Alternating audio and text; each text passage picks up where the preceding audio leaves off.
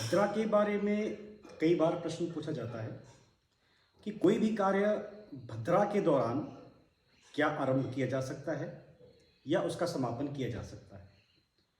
तो देखिए, ज्योतिष शास्त्र के अनुसार और हमारे हिंदू शास्त्रों के अनुसार भद्रा में कोई भी कार्य आरंभ नहीं किया जा सकता, उससे बचना चाहिए। और वैसे ही भद्रा के दौरान किसी भी कार्य का समापन नहीं करना चाहिए। किसी भी मांगलिक कार्य में भद्रा का एक विशेष ध्यान रखा जाता है, क्योंकि भद्रा काल में मंगल उत्सव की शुरुआत या समाप्ति अशुभ बन जाती है। इसके पीछे कारण क्या है? हमारे पुराणों में यह संदर्भ आता है कि भद्रा सूर्य देव की पुत्री है और शनि देव की बहन है। तो भद्रा का स्वभाव अपने भाई शनि देव की ही तरह है, कड़क है।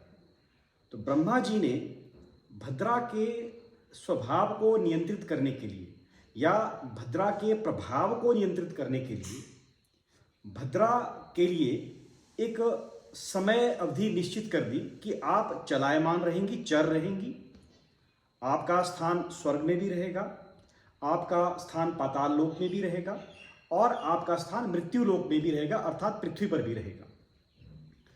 जिस स्थान पर भद्रा जाती है और एक विशेष समय होता है, क्योंकि हिंदू पंचांग में तिथि, वार, योग, करण इत्यादि का हम गणना करते हैं और इसके आधार पर हम मुहूर्त निकालते हैं। इसमें जो करण है वो 11 प्रकार के हैं। इसमें 11 करणों में जो 7वां करण है वो है विष्टिभद्र या विष्टि। वो विष्टि करण जब उसका योग बनता है उस दौरान भद्रा का वास होता है। अब भद्रा का वास कहाँ होगा? ये निर्धारित होगा कि चंद्रमा की राशि क्या है।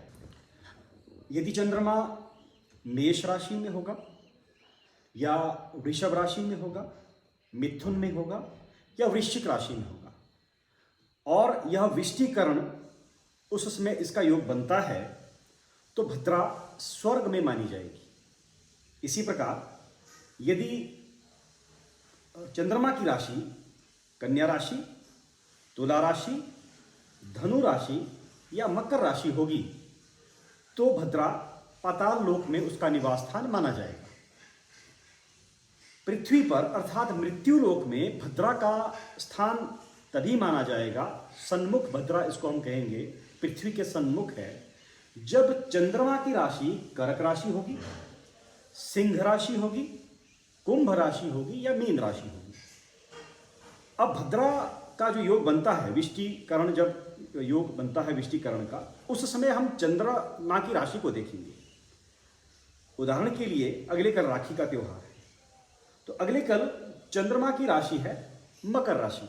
मकर राशि में चंद्रमा गोचर कर रहे हैं, तो इसका अभिप्राय यह हुआ कि भद्रा का निवास स्थान उस समय पाताल लोक का है।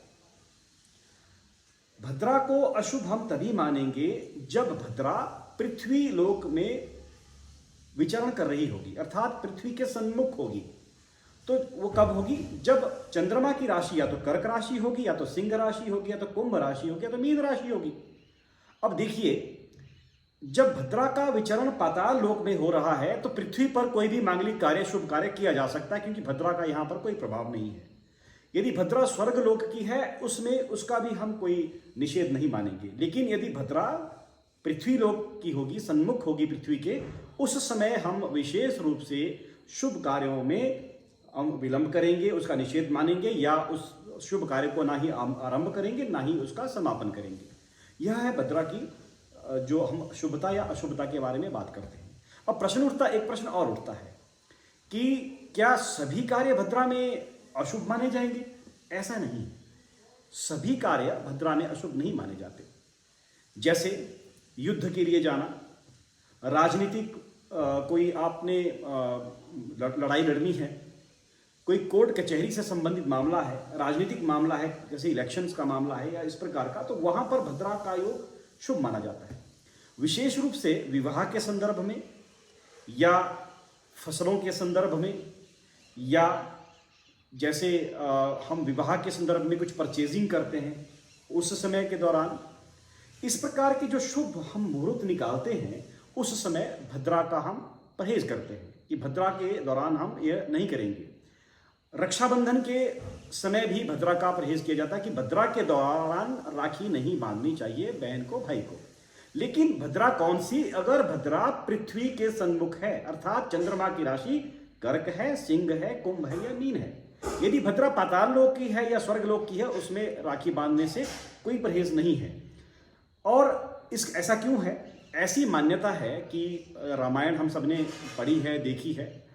रामायण काल में रावण की बहन ने भद्रा के दौरान अपने भाई रावण को राखी बांधी थी, जिसके कारण ऐसा माना जाता है कि लंका का विनाश हो गया, रावण का विनाश हो गया।